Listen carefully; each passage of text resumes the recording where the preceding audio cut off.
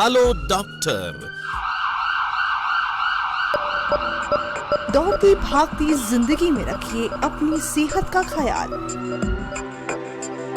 बीमारियों की असल जड़ से उनके उपचार तक जानिए विशेषज्ञों की राय के साथ अपनी बीमारियों का सही उपचार। Hello doctor.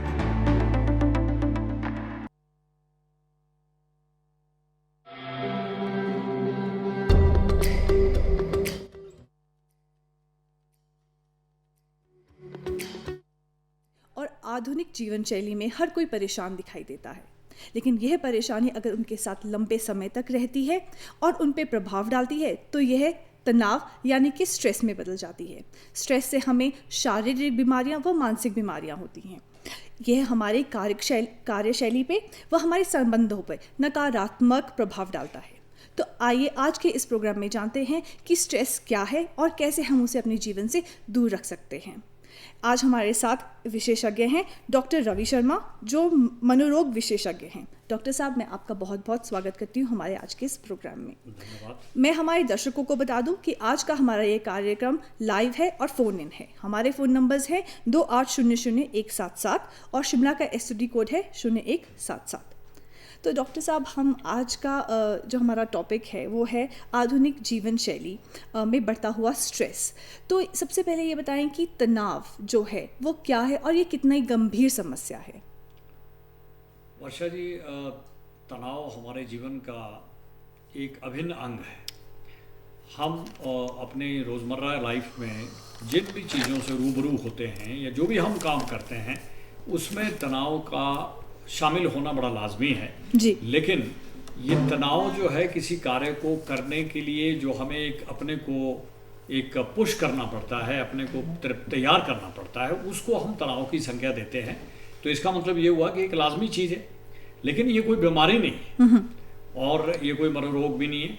लेकिन हाँ, अगर तनाव ज़रूरत से ज़्यादा हो और ये बहुत लंबे अरसे तक अगर रहता हो और इससे हमारी दिनचर्या दुष्प्रभावित हो रही हो, तब एक समस्या बन जाता है। और ये बहुत ज़्यादा वक्त तक अगर रहता है और कई किस्म की मानसिक और शारीरिक और सामाजिक इससे जो एक दुष्प्रभाव के तौर पे जो समस्याएं पैदा होती है और कई किस्म के रोग भी पैदा होते हैं, तब हम इसको जो है वो तनाव कहते हैं जी। और एक किस्म से नेगेटिव स्ट्रेस जिसको हम बोलते हैं या डिस्ट्रेस बोलते हैं जी। बाकी दूसरे वाला जो तनाव है वो एक पॉजिटिव स्ट्रेस या सकारात्मक जो तनाव है जो कि हमारे जीवन में आगे हमें बढ़ाने के लिए बहुत लाजमी है। जी। तो डॉक्टर साहब, हम जो तनाव की हम जैसे बात कर रहे हैं, जैसे कि आप बता रहे हैं कि हमारा डेली का ये पार्ट है, हमारी डेली लाइफ का एक पार्ट है तनाव। लेकिन ये कहाँ से शुरू होता है? हमारे मन से शुरू होता है, हमारे दिमाग से शुरू होता है कि इसकी जो उत्पत्ति है ये कहाँ से होती है? तनाव आमतौर पे जो हम व्यक्तियों में या ह्यूमन बीइंग में जो लेते हैं वो आमतौर पे मानसिक तनाव की बात करते हैं, क्योंकि हमारी जो सोच है वो किसी भी कार्य को करने के लिए हमें प्रेरित करती है। चाहे वो अच्छा काम है चाहे बुरा काम है, उस काम को हम अच्छे तरीके से कर पाते हैं और बड़ी एक लगन से कर पाते हैं और डिटर्मिनेशन के साथ कर पाते हैं, तो वो आपके व्यक्तित्व पे भी डिपेंड करता है। तो ये मन से संबंधित होता है। बिल्कुल। और किसी व्यक्ति विशेष पर जब किसी चीज़ को लेकर एक किस्म का लोड जिसको हम बोलते हैं या एक डिमांड, उससे एक्सपेक्टेशन होती है किसी चीज़ को करने के लिए, वो व्यक्ति उस डिमांड को कितनी तन्मयता से या कितनी सही तरीके से अगर वो डील कर पाता है कि नहीं, वो फिर तनाव आगे डिटर्मिन करेगा कि वो अच्छा तनाव माना जाएगा या बुरा तनाव। तो एक डिमांड व्यक्ति पे जो आती है और उसको कितने सही ढंग से वो डील कर पाता है, वो एक किस्म से तनाव का एक तरीका है। लेकिन उसको मैनेज कर पा रहा है कि नहीं और नेगेटिव अगर उसके प्रभाव हो रहे दुष्प्रभाव, तो फिर वो जो है नकारात्मक तनाव है। और ये हमारे मन से शुरू होता है। जी। तो डॉक्टर साहब, जैसे हर दो व्यक्ति है, अब हर एक व्यक्ति का अपना एक स्टैमिना होता है किसी भी चीज़ को डील करने का या वो स्ट्रेस लेने का, तनाव को लेने का, या कार्य क्षमता होती है किसी का। तो ये हर व्यक्ति के लिए क्या अलग अलग कहा जा सकता है कि जो तनाव है वो अलग अलग तरीके का होता है उसको डील करने का? जी, हर एक व्यक्ति को जितनी भी हमारे जीवन में जो भी समस्याएं आती है या रूटीन लाइफ भी हम करते हैं, बच्चे को स्कूल जाना है, गृहिणी ने अपना काम भी करना है, दफ्तर भी जाना है, और डॉक्टर ने ऑपरेशन से पहले तैयारी करनी है, बच्चे ने एग्जामिनेशन से पहले तैयारी करनी है। ये तमाम वो चीज़ें हैं जिससे हमारे अंदर एक प्रेशर बिल्ड होता है। तो उस प्रेशर को आप किस तरीके से डील करते हैं वो आपके व्यक्तित्व पर डिपेंड करता है।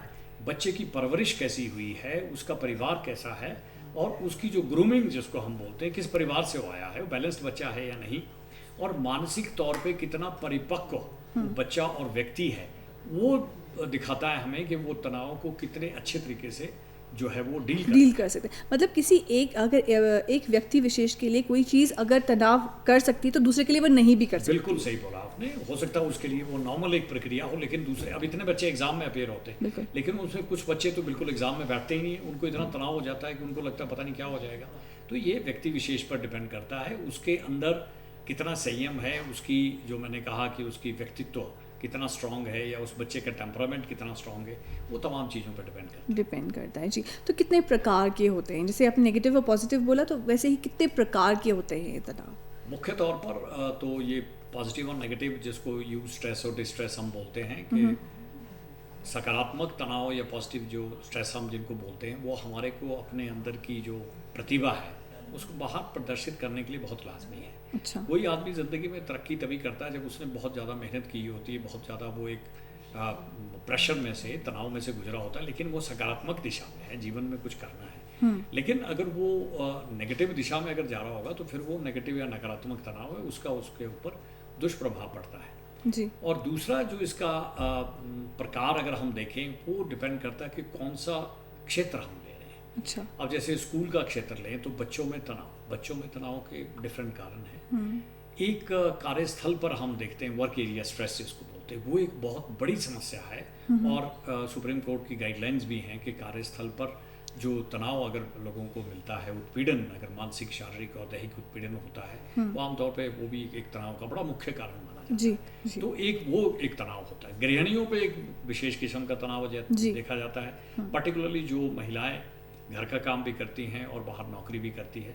बुजुर्गों को, क्योंकि वो एक हमारे पास एकाकी परिवार अब हो गए हैं, ज़्यादातर संयुक्त परिवार नहीं होते, उनको अकेलेपन और एक जो अपने उस अकेलेपन में जब वो रहते हैं, उनको एक विशेष किस्म का तनाव का सामना करना पड़ता है। तो नशीले पदार्थों का दुष्प्रयोग करते हैं, उनको डिफरेंट किस्म के तनाव का सामना करता है। ये कुछ उस तरीके से भी आप इसको विभाजित कर सकते हैं। जी जी जी। तो कारण अगर हम जानना चाहेंगे, जो मूल कारण रहते हैं इसके, और आयु का मैं पूछना चाहूँगी, क्या आयु भी किसी तरह का कारण रहती है तनाव का? आयु, हर एक आयु वर्ग की एक तनाव जो है उनका अपना है। छोटे बच्चों में तो ऐसा बोलते थे पहले कि तनाव नहीं होता, लेकिन अब आप देखते हैं कि नर्सरी केजी से जब बच्चा स्कूल जाना होता है तो उसको टेस्ट देना पड़ता है, वहीं से तनाव शुरू हो जाता है। जी, वहीं से टेंशन शुरू हो जाती है। बिल्कुल, वहीं से शुरू हो जाती है, और फिर आगे आगे आता बोर्ड के एग्ज़ाम, 10th, फिर करियर चॉइस, वहाँ से वो तनाव शुरू होते हैं। और उसके अलावा एक जो किशोरावस्था का जो तनाव है, उसका प्रबंधन बड़ा ज़रूरी है, और विशेषकर बच्चियों में जो है, वो बालिकाओं में अगर वो देखा जाए, वो एक अपनी किस्म का तनाव होता है, किशोरावस्था का तनाव। और उसके बाद जो ये भटक जाते हैं बच्चे, तो नशीले पदार्थों की तरफ चले जाते हैं, वो एक दूसरा जो तनाव है, वो उस तरह की चीज़ देखी जाती है। बाकी हर एक आयु वर्ग जो है तनाव से ग्रसित है। बिल्कुल। मैंने कहा महिलाओं में अपना तनाव है, बुजुर्गों में अपना है, और स्टूडेंट्स में अपना है, और कार्यस्थल में अपनी किस्म का तनाव है। बिल्कुल। तो कोई भी जो आयु वर्ग है वो उससे अछूता नहीं। बिल्कुल बिल्कुल। अगर किसी को अगर स्ट्रेस है, मतलब अगर कोई चीज़, अगर उनको कोई चीज़ परेशान करी बहुत ही लंबे समय तक, तो उनको कैसे पता चले कि वो तनाव से ग्रसित हैं? किस तरह के लक्षण देखे जाते हैं? हाँ वर्षा जी, ये प्रश्न आपका काफ़ी अच्छा है। आमतौर पे पहले तो लोग देखिए इसको पहचानते नहीं हैं कि मैं तनाव में हूँ। बहुत लोग जो है वो तनाव से ग्रसित रहते हैं, और विभिन्न किस्म के मानसिक और शारीरिक रोगों से ग्रस्त रहते हैं। उनको पता ही नहीं है कि मैं तनाव में। हाँ। वो अपना तनाव बाहर फेंकते रहते हैं, गुस्सा करना, चिड़चिड़ापन करना, बदतमीजी करना, या दुर्व्यवहार करना परिवार में या कार्यस्थल पर, लेकिन खुद को कहते हैं मुझे कोई तकलीफ नहीं है। और उनको अगर बोलते हैं कि आप अपने तनाव का प्रबंधन करिए, तो वो कहते हैं कि मैं कोई पागल तो नहीं हूँ। ये कॉमन सा एक वर्ड है। तो कहीं ना कहीं अज्ञानता है। तो इसलिए आज अपने कार्यक्रम के माध्यम से मैं सभी लोगों को ये बताना चाहता हूँ कि अपने तनाव का प्रबंधन अगर आप कर लेते हो तो कई किस्म की मानसिक और शारीरिक बीमारियों से आप दूर रहते हैं। तो इसलिए तनाव का प्रबंधन बहुत ज़रूरी है। तो इसके लक्षण जानना सबसे पहले ज़रूरी है जी। तो मैंने कहा मानसिक और शारीरिक है, तो मानसिक तौर पर जो लक्षण अक्सर देखे जाते हैं वो है एक तो बेवजह और छोटी छोटी बातों पे गुस्सा आना, चिड़चिड़ापन, चिड़चिड़ापन, आपकी एकाग्रता की कमी, छोटी मोटी चीज़ें भूल जाना, आपका जो परफॉर्मेंस है जहाँ कहीं भी आप काम करते हैं वर्क एरिया में कहीं पे, या बच्चा है उसका पढ़ाई में ध्यान नहीं लगेगा तो सब जगह उनका प्रदर्शन जो है कमज़ोर पड़ जाता है। उनका शारीरिक तौर पे अगर आप देखें तो हेडेक होती है, जिसको टेंशन हेडेक बोलते हैं, सारा सिर ऐसे लगता है जैसे रस्सी किसी ने बांध दी है, और नींद ठीक से नहीं आती। अच्छा। नींद का उखड़ना, व्यवहार में बदलाव और चिड़चिड़ापन, ये 3 कॉमन लक्षण अक्सर देखे जाते हैं। फिर शारीरिक तौर पे अगर आप देखें तो इन लोगों का आम तौर पे वो अपना ब्लड प्रेशर चेक करवा रहे होते हैं, तो वो कहते हैं भाई अंदरूनी तो कोई खराबी नहीं है, लेकिन आपका ब्लड प्रेशर फ्लक्चुएट करता है। राइट। तो वो देखा जाता है कि तनाव बड़े माहौल में जब वो है तो ब्लड प्रेशर उनका बढ़ता है। और ये तो अब प्रूव भी हो चुका है स्टडीज़ के जरिए कि ब्लड प्रेशर के पीछे जो है स्ट्रेस एक बड़ा इंपॉर्टेंट कारण है। बिल्कुल। एनसीडी जिनको बोलते हैं गैर संचारित जो रोग हैं, उनमें ब्लड प्रेशर और हमारे जो हृदय से संबंधित रोग, कार्डियोवास्कुलर और सेरेब्रोवास्कुलर जो ब्रेन मस्तिष्क से संबंधित जो रोग हैं, उनका एक अहम रोल होता है। ओबेसिटी भी है, सांस के रोग भी हैं और गठिया वगैरह भी हैं। तो इन रोगों में जो है वो तनाव का एक विशेष किस्म का जो है संबंध देखा जाता है। पेट खराब रहना, खाना पीना नहीं लगना और एक जो सेक्सुअल वीकनेस जिसको हम बोलते हैं, राइट। ये भी जो होती है तनाव का एक मतलब प्रदर्शन जो उनका दुष्प्रभाव डाल रहा है, तो वो भी एक लक्षण होती है। लेकिन जब तक हम नहीं समझेंगे तो तब तक हम नहीं कह सकते कि मुझे ये तनाव की वजह से हो रहा है। लोग एसिडिटी की दवाइयाँ बहुत खाते रहते हैं, वो ठीक नहीं हो रही होती, लेकिन तनाव का प्रबंधन वो कभी नहीं करते।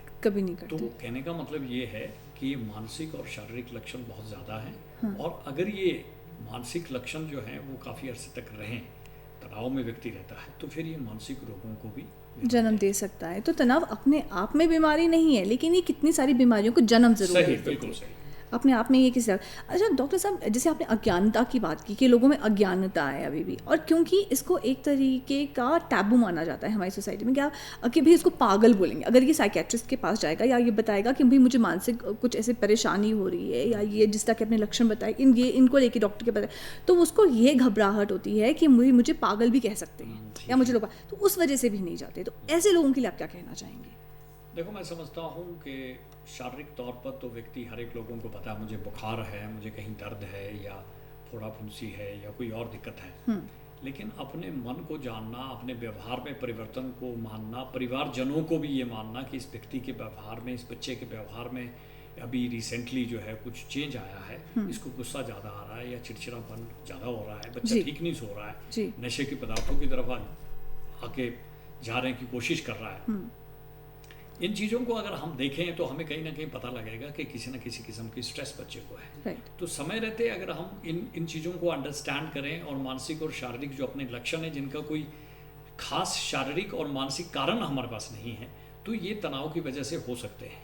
तो इसके लिए मनोवैज्ञानिक या मनोचिकित्सक, जिसको साइकियाट्रिस्ट बोलते हैं, या साइकोलॉजिस्ट, इन दो किसी के भी पास जो व्यक्ति जा सकता है, या सिंपल कोई काउंसलर भी अच्छा अगर होता है, उनके पास जाके अपनी समस्या को अगर वो बताएगा तो वो उनको इसके बारे में समझाएंगे जी। लेकिन जैसे मैं आज भी बता रहा हूँ, सभी जगह इसके बारे में बताया जाता है, तो लोगों को खुद भी जागरूक होना चाहिए कि उनको ये पता होना चाहिए कि मेरे को अगर टेंशन हो रही है, मेरे को नींद नहीं आ रही है, अभी रिसेंटली कोई ऐसी बातें हुई है मेरे जीवन में या जीवन शैली में किसी किस्म का कोई ऐसी दुर्घटना घटी है मेरे जीवन में, डेथ हुई है, बर्थ भी एक समस्या होती है कि 4 बच्चियाँ हो गई, 5 बच्चियाँ हो गई, या फाइनेंशियल लॉस हो गया, किसानों में अब समस्याएं होती है। तो उसका हमें समय रहते जो अपनी समस्या को जान के उसका प्रबंधन करवाना चाहिए ताकि इसके दुष्प्रभाव से बचा जा सके। जी, आपने बहुत ही अच्छी बात बताई है डॉक्टर साहब। और जैसे हमारी शारीरिक बीमारियां भी होती हैं, जैसे आगे चल के वो एक गंभीर समस्या का रूप ले लेती हैं, तो उसमें से बताइए डॉक्टर साहब, जैसे आपने हार्ट का भी बताया था कि हार्ट से रिलेटेड प्रॉब्लम्स भी हो सकती हैं ऐसे लोगों को, तो उस बारे में कुछ बताएं। देखो, अगर बच्चा किसी व्यक्ति को तनाव है तो वो जाहिर है कि उसको गुस्सा बहुत ज़्यादा है। वो गाड़ी चलाएगा तो रास्ते में उसके लड़ाई झगड़ा होगा, एक्सीडेंट ज़्यादा होगा, रैश ड्राइविंग करेगा, और वो नशीले पदार्थ, शराब वगैरह इन चीज़ों का सेवन भी करता ज़्यादा पाया जाता है। तो नशीले पदार्थों का दुष्प्रभाव तो अलग होगा, लड़ाई झगड़े सड़क पे अलग होंगे, तो उसकी वजह से सामाजिक समस्याएं पैदा हो जाती है। और घरेलू संबंधों में, आपसी संबंधों में जो है वो उसमें भी बिखराव आता है और एक डिसहार्मनी पैदा हो जाती है। ऐसे लोगों के जो बच्चे हैं वो भी एक डर और खौफ के माहौल में पैदा, मतलब वो पड़े बलेंगे, तो उनमें भी एक तनाव, अगर माता पिता को तनाव होता तो लाजमी है कि बच्चे को भी तनाव रहेगा। बिल्कुल। तो सभी लोगों को एक रिलैक्स होना बड़ा ज़रूरी है। मैं बार बार यही बता रहा हूँ कि सभी लोगों को एक जो है अपने तनाव के लिए जानना ज़रूरी है कि मैं क्या तनावग्रस्त तो नहीं हूँ, और ये कोई मानसिक बीमारी नहीं है। मेरे को जो मेरे पे प्रेशर पड़ा है, या मेरे को जो ज़िंदगी में आने वाली जो तकलीफ़ें हैं, जो मेरे पास एक नई कोई चीज़ आई है जिसको मैंने डील करना है, शायद मैं उसमें पूरी तरह से सक्षम नहीं हूँ। जैसे आपने लक्षण जो भी बताए डॉक्टर साहब, अगर वो महीना 2 महीना 3 महीने तक अगर चलते हैं वो वाले लक्षण, वैसे लक्षण, आपकी प्रॉब्लम सॉल्व नहीं हो रही है, तो आपको ज़रूर मनोवैज्ञानिक के पास जाना चाहिए। बिल्कुल, मैं तो कहता हूँ आमतौर पे अगर हफ्ते 2 हफ्ते से ज़्यादा भी रहता है, कुछ चीज़ें तो ऐसा होता है जैसे डेथ हो गई है, हमें पता है 15 एक दिन में हमारे जो है, जो हम लोग करते हैं अपने किसी की शोक के बाद जो करते हैं, वो तमाम चीज़ें करके अगर व्यक्ति ठीक हो जाता है तो इट्स ऑल राइट। नहीं तो उसके बाद क्या होता है कि 2-3 महीने ज़्यादातर लग जाते हैं, ग्रीविंग उसको हम बोलते हैं। तो वो तो एक कारण हो गया है ना, किसी और के साथ कोई एक्सीडेंट हो गया, मानसिक शारीरिक बीमारी हो गई, उसके साथ डील करते हैं। मतलब आपने अंडरस्टैंड करना है कि मेरा तनाव जो है वो कितने दिनों में अगर ठीक नहीं होता तो मैंने जाना है। नटशेल में ये है कि थोड़े से थोड़े समय में अगर आपको लगता है कि मैं इसको झेल नहीं पा रहा, डील नहीं कर पा रहा, तब और मेरा दिनचर्या दुष्प्रभावित हो रही है, तब आपको जरूर डॉक्टर के पास, ये साइकियाट्रिस्ट, साइकोलॉजिस्ट के पास जरूर जाना चाहिए, ताकि आप काउंसलिंग अपनी करवा सकें, या अगर ज़रूरत है तो इलाज भी करवा सकें। जी, जैसे कि आपने बताया तो डॉक्टर साहब, ये तो थी आपकी किसी की डेथ हो गई फैमिली में, लेकिन वर्क प्रेशर भी बहुत रहता है, वर्क लाइफ प्रेशर होता है, ऑफिस का प्रेशर होता है, और उसमें किस तरह की प्रॉब्लम्स देखने को मिलती है और उसको कैसे डील किया जा सकता है? देखिए, कार्यस्थल का जो एक तनाव जो बात होती है, कार्यस्थल में यदि व्यक्ति सक्षम है अपने कार्य में, तब तो उसको काफ़ी कॉन्फिडेंस भी होता है।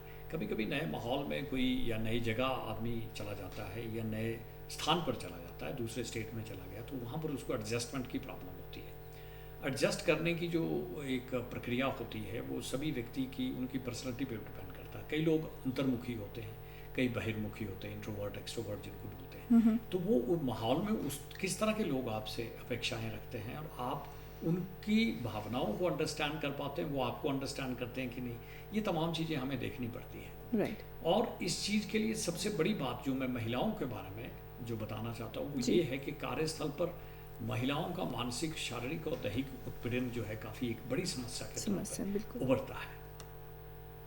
और उसमें सबसे बड़ी बात जो होती है वो होती है उनका ना करने की एक जो उनमें चीज़ होती है कि वो ना नहीं करता, तो उसको असर्टिवनेस हम कहते हैं। और सॉफ्ट एंड फर्म मतलब मजबूत और लेकिन हल्के तरीके से, है ना, हल्के तरीके से आप बोलिए कि जैसे sorry I don't do this, नहीं मुझे अच्छा नहीं लगता। लेकिन अगर कहीं ना कहीं आप उसको बर्दाश्त करने की कोशिश करेंगी, या तो उसको एक सहमति माना जाता है। तो ये ना करने की प्रवृत्ति जो है, चाहे वो नशीले पदार्थों के लिए है या अपने ऊपर हो रहे किसी तरह के दुर्व्यवहार के लिए, और कार्यस्थल में इस तरह की चीज़ें काफ़ी देखी जाती हैं। आपका कोई भी बॉस होता है, वो आपसे कोई अनावश्यक कार्य करवाना चाहता है, या किसी तरह की कोई इस तरह की कोई चीज़ आपसे लेना चाहता है जो कि अपेक्षित नहीं है और वो जो सही नहीं है, तो आपको ना करना आना चाहिए। बिल्कुल सॉफ्ट और फर्म तरीके से आप अपने बोलिए I don't do this. Right.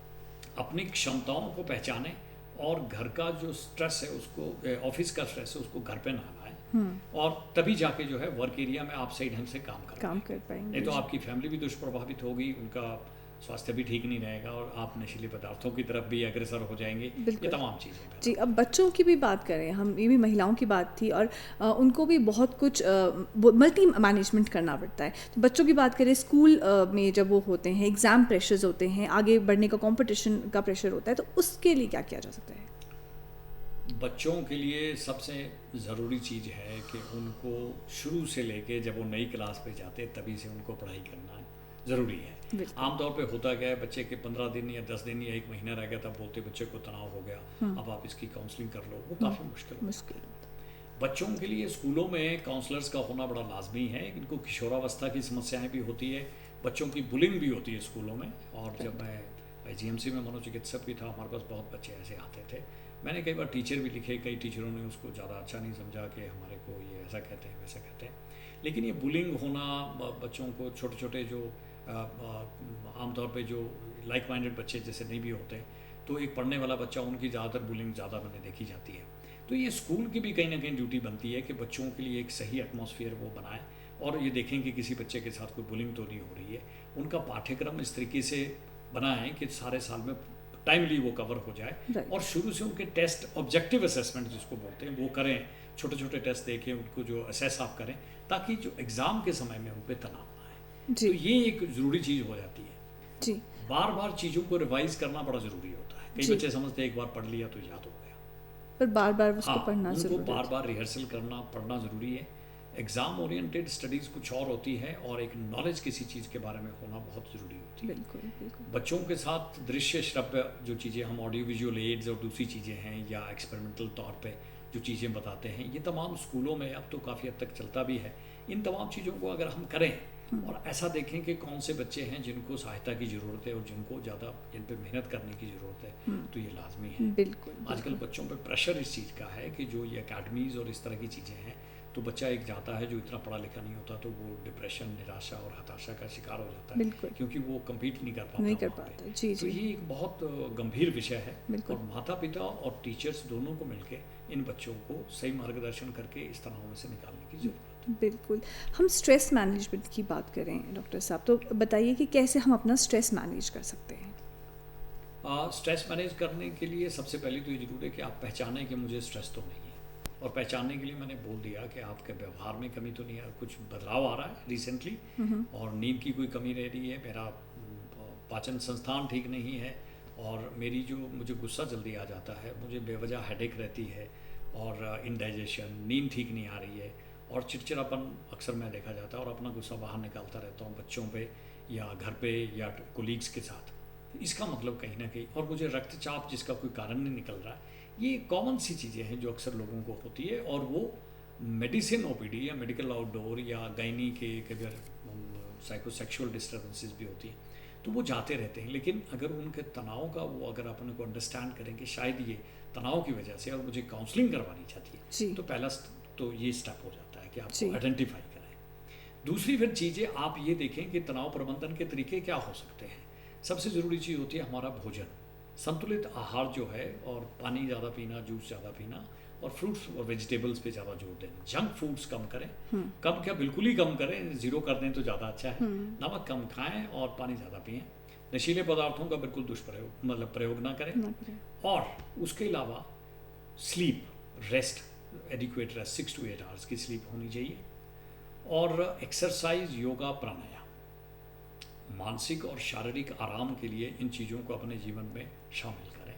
Art of living भी एक बड़ी अच्छी चीज़ है, और सिंपल मेडिटेशन, प्राणायाम, योगा भी व्यक्ति कर सकता है। सकारात्मक सोच बहुत लाजमी है। अपने को कुछ सही आंकलन करें, मेरे में क्या कैपेसिटी है, मेरी कितनी क्षमताएं हैं, उसके हिसाब से अपना करियर चुनें, उस हिसाब से अपने को मेहनत करें। अनावश्यक किताबों पे बैठ के या उनके पास बैठ के आपको चीज़ें याद नहीं लगी होने, और हमेशा खुश रहने की कोशिश करें।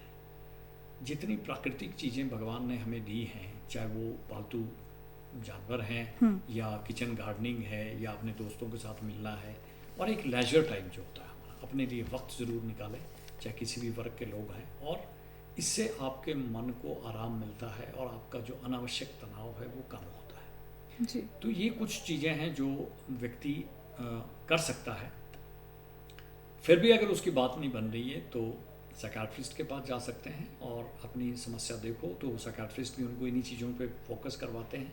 और अगर वो नहीं ठीक होता तो बहुत ज़्यादा अगर किसी को लगता है, कोई बहुत डिप्रेशन हो गया, आत्महत्या के विचार आ रहे हैं, अग्रेशन हो रहा है कि बच्चे अपने को काटना शुरू कर देते हैं थोड़ा थोड़ा, इस तरह की चीज़ें हैं, तो कभी कभी थोड़े वक्त के लिए दवाइयाँ भी दी जाती हैं। जी। तो लेकिन उस अवस्था तक पहुँचने से पहले अगर हम पहले ही चले जाएँ, हो सकता है उस सिचुएशन तक ना पहुँचा जाए। जी। एंग्जाइटी और डिप्रेशन भी बहुत ही अमूमन बहुत ही कॉमन बीमारियां है आजकल के इसमें, तो ऐसे में आप क्या बताएंगे आप हमारे दर्शकों को? देखिए, अगर तनाव अगर इसका प्रबंधन ठीक नहीं होता और हम अंडरस्टैंड नहीं करते, और ज़्यादातर हमने जैसे कहा कि हम लोग बोलते हैं कि नहीं ये कुछ नहीं है, ये कि मैं नहीं जाऊँगा डॉक्टर के पास, या कहीं मानसिक रोग, या मुझे ऐसा ना बोल दें, ये चीज़ नहीं रखनी चाहिए।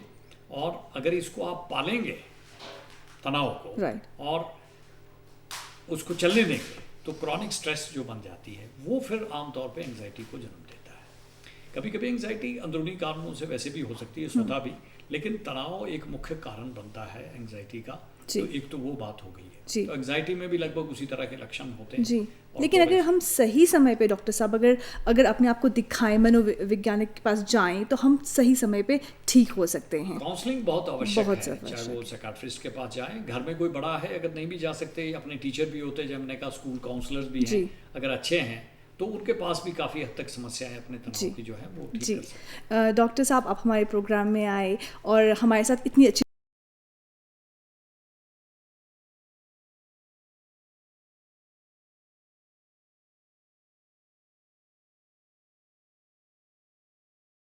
आप लाभान्वित हुए होंगे। इसी के साथ हम लेते हैं इजाज़त। आप देखते रहिए हिमाचल दूरदर्शन। नमस्कार।